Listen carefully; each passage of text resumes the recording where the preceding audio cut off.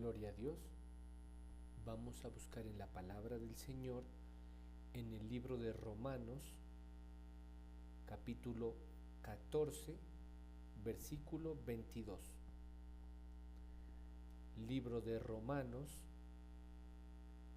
capítulo 14, versículo 22. Dice la palabra de Dios: ¿tienes tu fe? Tenla para contigo delante de Dios.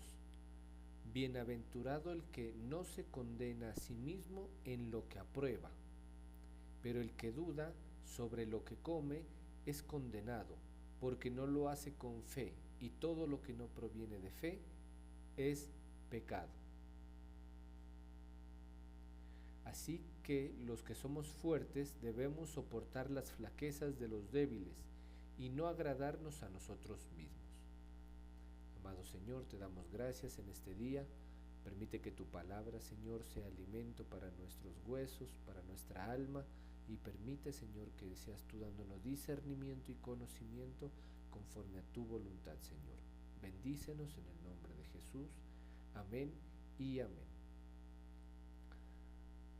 ¿Tienes tu fe? Tenla para contigo delante de Dios. Bienaventurado el que no se condena a sí mismo en lo que aprueba, pero el que duda sobre lo que come es condenado porque no lo hace con fe, y todo lo que no proviene de fe es pecado. Bueno, en esta oportunidad este capítulo se titula Los débiles en la fe, ¿sí? Sabemos, ¿sí?, a través de la palabra, que la forma de agradar al Señor es a través de nuestra fe hacia Él, ¿sí? Es lo más importante que nosotros tenemos frente a la comunión con Dios, frente a la comunicación, al vínculo que elaboramos entre Dios y nosotros. La fe. ¿La fe en qué? La fe en el Hijo de Dios, ¿sí? La fe en su existencia, en su sacrificio y en la manifestación de su poder sobre la iglesia de Cristo. Eso ya son bases doctrinales firmes que deben estar dentro de los creyentes, porque nosotros no vamos a agradar a Dios a través de obras, a través de acciones, a través de dichos, a través de inclinaciones del corazón o de emociones, porque todo ello está construido sobre una base imperfecta llamada mortalidad, ¿sí? Nuestras inclinaciones nacen de un corazón perverso, nuestras acciones nacen de una mentalidad reprobada por Dios, dado que nosotros no tenemos una mentalidad eterna, sino que tenemos una mentalidad mortal que tiende a acabarse, y por ende nuestros pensamientos giran en torno a saciar las necesidades temporales de este mundo. Entonces, no podemos decir que cualquier acto físico, material, sirva de referente para agradar a Jesús. De hecho, por eso fue el indicador de la fe, o el indicador de la salvación, perdón, más dicho, es la fe. Para Abraham es mencionado como el padre de la fe, y eso hace que marque un punto de referencia como creyente. Para David, para los apóstoles y para el sacrificio del Señor Jesús sobre la iglesia es que nosotros lleguemos a desarrollar fe, pero no la fe materialista del mundo o un poquito agorera, ¿sí? En el sentido de que yo tengo fe, ¿por qué? Porque el Señor satisface mis necesidades y por eso yo creo. Ya sabemos que la fe es un concepto que va más allá de lo material.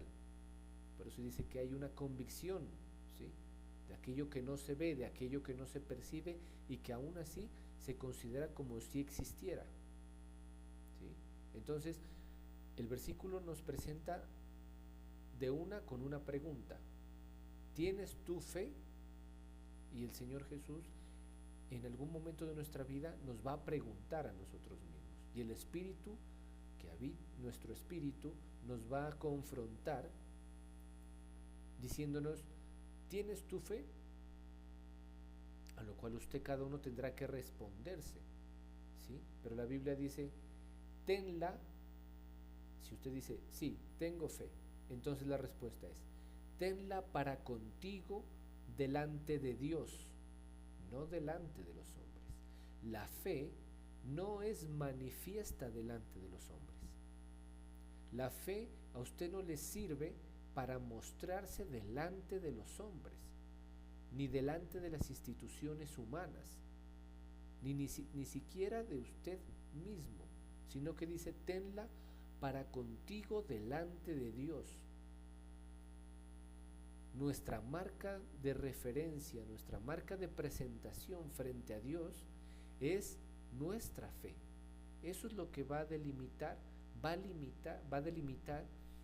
el agrado que tiene Jesús hacia nosotros, nuestro nivel y nuestra condición de fe. Qué tan buena es nuestra fe, qué tan eficaz es nuestra fe, qué tan pura es la fe, que no haya sido manoseada por doctrinas y pensamientos humanos, ni inclinaciones humanas, sino que sea una fe pura, nacida de la verdad de la palabra. Entonces dice, tenla para contigo delante de Dios. Y después dice, bienaventurado el que no se condena a sí mismo en lo que aprueba. Una de las maneras de condenarnos a nosotros mismos es en lo que nosotros consideramos como aprobación en nuestra vida. Me explico. Nosotros como creyentes, o los creyentes en general, pueden existir conceptos en donde utilizan la misma palabra y la misma fe para argumentar las cosas que ellos aprueban como verdadero, ¿sí? Entonces surgen pensamientos de la gente que dice, no, yo no diezmo, yo no ofrendo, sino que mi diezmo y mi ofrenda es servir a los pobres, es ayudar a la gente que lo necesita, ese es mi diezmo y esa es mi ofrenda. O yo doy la ofrenda en cuotas, ¿sí? Dese cuenta que está utilizando una verdad doctrinal y la está modificando a unos pensamientos humanos, y utiliza la fe para argumentar aquello en lo que se va a aprobar él, ¿sí? O la gente que se equivoca y dice, no, es que el Señor sabe, es que el Señor entiende. Sigue cometiendo los mismos errores constantemente, día tras día, y su argumento es que el Señor me entiende, es que el Señor sabe. Eso es condenarse a sí mismo en lo que se aprueba, porque está poniendo al nivel de la sabiduría y del entendimiento de Dios sus argumentos. Entonces toda esa serie de dichos que dice, sí, es que el Señor entiende, el Señor me entiende cuando me vuelvo y me equivoco y nuevamente me equivoco, caigo y me levanto, vuelvo, me equivoco, las verdades doctrinales las modifico a mi conveniencia, ¿sí? La sujeción, me sujeto cuando me conviene, o me sujeto para mostrarme, o me sujeto por conveniencia con quien sí considero que me pueda servir sujetarme y con quien no me sujeto. Esas son verdades doctrinales que son modificadas por el pensamiento humano y aún sacan argumentos bíblicos para argumentarse aquello en lo que ellos aprueban como verdadero, ¿sí? Pero démonos cuenta que aquello en lo que usted se aprueba a usted mismo con sus argumentos y aún utilizando la palabra es condenarse a sí mismo. ¿Por qué? Porque ninguna persona puede ser aprobada a partir de las acciones humanas, y ninguna persona puede ser aprobada a partir de sí mismo, de sus propios argumentos. Usted no puede decir, es que yo soy bueno. Usted no puede decir, Pepito Pérez es bueno. es que qué bueno que es Él. Y vaya a verlo, está inundado, está invadido de idolatría. Pero usted que dice, no, es tan bueno. Eso es aprobar a partir de sus pensamientos, pero no a partir de la verdad de la palabra. Si usted se pone a ver la verdad de la palabra, nos vamos a dar unos estrellones, unos choques grandes, porque las verdades doctrinales giran en torno a una realidad muy diferente. ¿Sí? Entonces dice, bienaventurado el que no se condena a sí mismo en lo que se aprueba. ¿Sí? Usted no tiene que aprobarse a sí mismo. Usted no tiene que demostrarse a sí mismo ni a los demás que usted es una persona perfecta, porque sencillamente no lo somos. Somos imperfectos. El único acto que agrada a Jesús y nos permite acercarnos y adquirir la salvación es la fe en el Hijo de Dios, solamente en Él. ¿Sí? Al único y sabio Dios sea la gloria mediante Jesucristo, mediante su Hijo amado Jesucristo. Amén. ¿Sí? No menciona terceras personas. La fe es lo que nosotros nos permite tener una comunión efectiva, eficaz, la fe. ¿Sí? Dice el versículo 23, pero el que duda sobre lo que come es condenado porque no lo hace con fe, y todo lo que no proviene de fe es pecado. En este capítulo la problemática es sobre la alimentación. ¿Sí? Ya hay unas directrices, unos como reglamentos que se indica a la iglesia a partir de lo que se come, ¿sí? Aquello que es profano, aquello que no es profano, aquello que si ya lo santificó Dios no puede ser llamado inmundo. Hay una serie de explicaciones que de pronto usted ya ha leído, pero es curioso porque dice porque no lo hace con fe, pero el que duda, y después dice, porque lo que no hace con fe y todo lo que no proviene de fe es pecado. Todos los actos, cuando dice que no provienen de fe y son considerados como pecado, son toda la serie de acciones que usted realiza en los cuales no está involucrada la fe,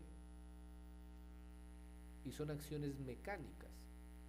¿Sí? Entonces, ¿todo es pecado? Hay acciones mecánicas que son pecado. ¿Por qué? Por el mismo hecho de ser mecánicas. ¿Sí? Usted sale en coche, se le atraviesa una moto, se le atraviesa un transeúnte por error, y usted reacciona, tiene una emoción, tiene su primera reacción, y no es de bendición hacia la persona, sino es de enojo, ¿sí? De rabia, de contienda. Ese es un acto que no proviene de la fe, y es un acto de pecado. Cuando usted pelea con su pareja, con un familiar, y su primera reacción es la mecánica de todos, enojarse, responder con rabia, eso es un acto que no proviene de fe, y por ende es pecado. ¿Sí? Cuando usted está con una compañera de trabajo, de amistad, y su conversación se desencadena a una charla sin sentido, a una charla sin argumento, una charla X, cualquiera, ¿sí? Y termina hablando mal del prójimo, termina echando chisme, termina burlándose, y después se da cuenta, pero en su momento fue un acto sin fe, y por ende un acto pecaminoso. ¿Sí? ¿Me hago entender? Todo acto mecánico y todo acto que genere una primera reacción, y esa primera reacción sea mundana, sea carnal, no proviene de fe y es pecado. ¿Quién puede evitar eso? Nadie puede evitar eso. Nadie puede evitar que usted salga en coche, se le atraviese a alguien por error, se libre de un accidente y usted reaccione de una buena manera, llena de fe. Es muy raro. La primera reacción humana siempre va a ser carnal, emocional. Usted, si tiene madres o padres y que hable alguien mal de ellos, usted va a entrar en discusión y va a ser un acto carnal, es pecado, ¿sí? Entonces dice, pero el que duda, y después dice, porque no lo hace con fe, y todo lo que no proviene de fe es pecado. Por eso nosotros estamos inmersos en un contexto material muy pasivo, ¿sí? Porque sencillamente estamos en un cuerpo, estamos en una constitución carnal de la cual estamos llenos de pecado, estamos llenos de error, ¿sí? Somos una llaga podrida desde la cabeza hasta la punta de los pies. Y usted puede tomar en una agenda los apuntes que usted quiera y darse cuenta la serie de errores que comete durante el día. ¿Y eso qué nos va a dar como conclusión? Que nosotros somos personas naturalmente carnales. En nuestra naturaleza rige la carnalidad. ¿Cuál es la diferencia con las personas del mundo? Es que en nuestro corazón y en nuestra mente anida un concepto que nos diferencia de ellos, y es el reconocimiento de nuestros pecados, el arrepentimiento verdadero, la aceptación de Jesús y la fe en Él.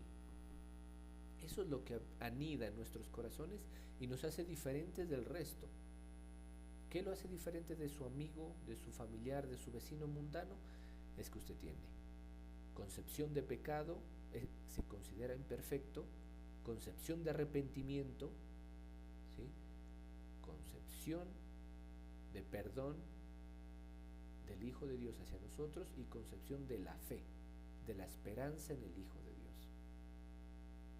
Del resto somos como los demás, ¿sí? Aún la Biblia dice que de lo vil y menospreciado escogió el Señor para humillar a los sabios. Entonces nosotros como creyentes no nos podemos creer más de lo que la Biblia dice, ¿sí? Por eso dice, pero el que duda. Ahora sí, en el entorno espiritual, ya usted conociendo que lo diferencia es el entorno espiritual en el cual usted se rodea, de lo cual usted se alimenta, porque usted se alimenta de palabra, de oración, de enseñanza, de servicio, y la persona que está en el mundo no se alimenta de eso, se alimenta de otras cosas que son carnales, mundanas. Usted se alimenta de toda obra espiritual, todo fruto de fe. Entonces, si usted ya vive en un entorno espiritual, pero aquellas acciones espirituales usted los hace dudando, ahí hay un problema. Si usted ora sin fe, si usted sirve sin fe, si usted predica, enseña sin fe, si usted tiene una vida espiritual sin fe, sino que la ha convertido en una rutina y en una monotonía, ahí sí hay un problema. Ahí sí hay un problema espiritual. Si usted ora y su oración se ha hecho mecánica, ha ido del panorama espiritual al panorama de la incredulidad, de la duda. Y todo lo que no proviene de fe es pecado. De ahí que una oración nacida de un corazón contrito y humillado es diferente de una oración mecánica. Termina en el panorama de una oración repetitiva como los católicos. ¿Sí me hago entender? Eso. Entonces, ¿cuál es el llamado de nosotros? El Señor nos dice, ¿tienes fe? Sí, tengo fe. Listo. Entonces, tenla para contigo, dice, ¿sí? Delante del Dios, delante de Dios.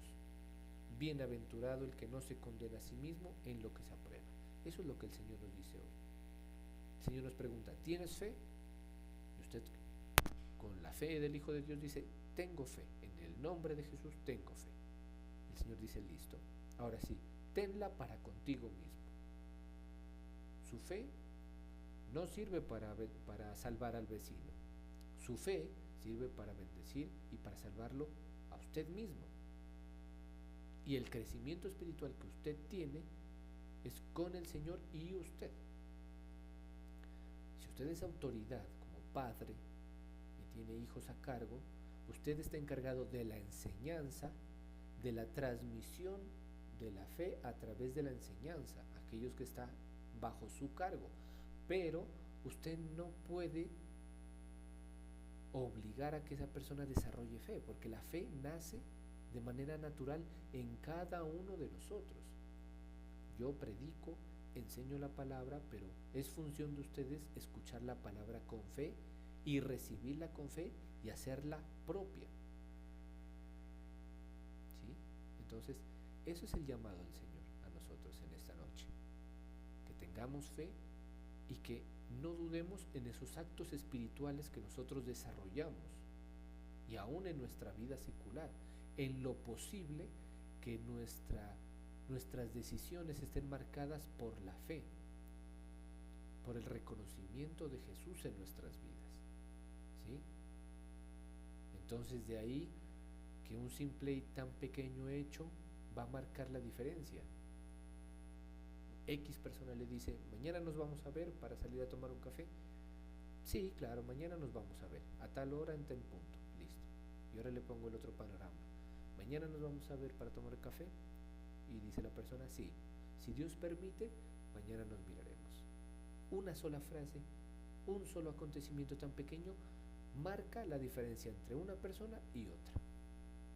¿Sí? Ya eso es lo que estamos llamados nosotros, a ir trabajando en eso, en nuestras decisiones, en nuestros actos, que cada día Jesús esté más involucrado en nuestra vida, que hagamos partícipe a Jesús de nuestra vida, cada día más, que Jesús vaya teniendo mayor control de nosotros. De eso se trata. ¿Sí? Vamos a orar. Amado Señor, te damos gracias, bendito Dios, por los diezmos y ofrendas que tus hijos han dispuesto a entregar en este día. Permíteme bendecirlos, Señor, en el nombre poderoso de Jesús. Amén y amén. Amado Señor, en este día permíteme bendecir a tus hijos, Señor, declarando que tú tienes cuidado de cada uno de ellos, declarando de que la fe que tú has puesto en ellos, Señor, es avivada, es fortalecida, es avivando los corazones, es avivando sus cuerpos espirituales. La fe que tú has colocado en ellos, Señor, es desarrollándose en la medida que tú desees, Señor. Permite, Señor, que las oraciones, que la predicación, que la alabanza, que la administración, cada una de ellas haga una obra especial, Señor, en tus hijos, para que ellos aviven el fuego del don de Dios, de tu Espíritu Santo que un día pusiste en ellos, Señor. Por eso permíteme orar por sus vidas, Señor, declarando que tú tienes control de sus vidas y que ellos, Señor, en la medida que tú desees y en tu voluntad, ellos van desarrollando mayor agrado hacia ti, Señor, mayor amor, mayor fe, Señor. Hoy te damos gracias, bendito Señor, porque nos enseñas, bendito Dios, de que vivimos en un mundo espiritual. Aunque nuestro cuerpo carnal esté ubicado en este mundo, nuestro mundo espiritual está a pedir de boca, Señor. Y nosotros tenemos que estar preparados, atentos, Señor, a movernos en ese mundo espiritual, a movernos a través de la oración, de la fe, en el Hijo de Dios. Por eso hoy permíteme bendecir, Señor, a tus hijos en esta tarde, con toda bendición, Señor, de los lugares celestiales, con toda bendición, declarando que son bendecidos en el nombre del Padre, del Hijo